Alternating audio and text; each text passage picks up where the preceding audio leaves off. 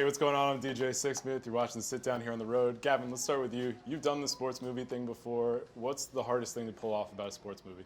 Well, I mean, I guess getting the sports right, making sure it feels accurate and real. And, you know, when you're doing, I've done hockey, I've done fighting, and now basketball, it's all choreography.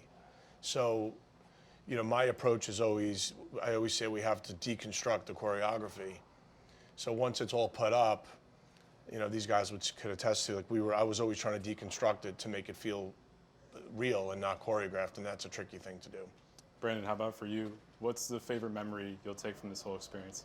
Go to Will real quick. I gotta remember. My favorite memory, probably, I've said this a lot, but probably when Gavin invited us to dinner about a week before we started shooting, and we kind of all showed up to this restaurant and just went around the table saying who we are, what we're about, what we're into, and I immediately knew, we're gonna get along, this is gonna work, and Gavin is gonna steer the ship correctly.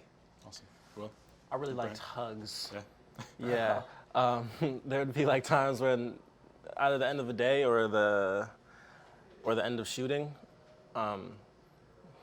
the hugs always felt genuine. Yeah. Let's give him a come on. Yeah. Real love right there. Yeah. Gavin, when you worked with Ben on The Accountant, what's the biggest difference between the actor and the guy that you worked with on this one?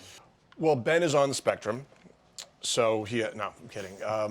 The accountant was such a departure from who Ben is. He's playing a character with Asperger's, so this movie was such a personal